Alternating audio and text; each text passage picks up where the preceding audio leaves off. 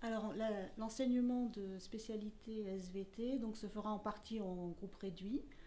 Les objectifs sont de faire acquérir une formation scientifique solide en biologie et en géologie, préparant à l'enseignement supérieur, développer des compétences expérimentales, savoir concevoir une expérience et la réaliser, acquérir une éducation dans les domaines de la santé et de l'environnement, permettant la formation de futurs citoyens, et participer aussi au développement de l'esprit critique et de l'argumentation.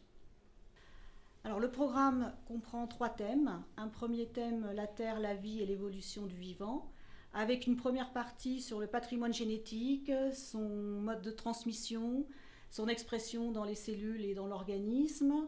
On apprend aussi comment on peut reconstituer l'histoire humaine à partir de l'étude des génomes, actuels ou fossiles.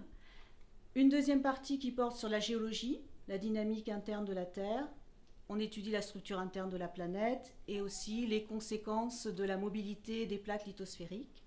Un deuxième thème, enjeux contemporains de la planète, dans lequel on aborde des notions d'écologie, avec l'étude de l'organisation et du fonctionnement des écosystèmes.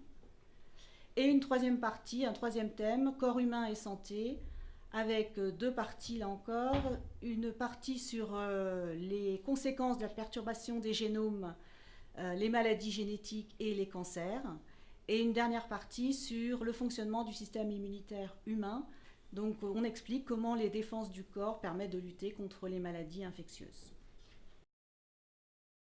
Alors, la spécialité sciences de la vie et de la terre permet d'aborder toutes les études dans les domaines de la santé, santé humaine ou animale, et aussi du social, par exemple les études de psychologie, le domaine du sport avec la licence STAPS, ainsi que les domaines de l'alimentation et de l'environnement, donc au niveau technicien ou ingénieur, par exemple dans l'agronomie. Et enfin, bien sûr, tout ce qui concerne la recherche et le professorat en biologie et en géologie. Il est préférable d'avoir un niveau correct en SVT en seconde et d'avoir de l'intérêt et des aptitudes pour la démarche scientifique en général et en particulier la démarche expérimentale.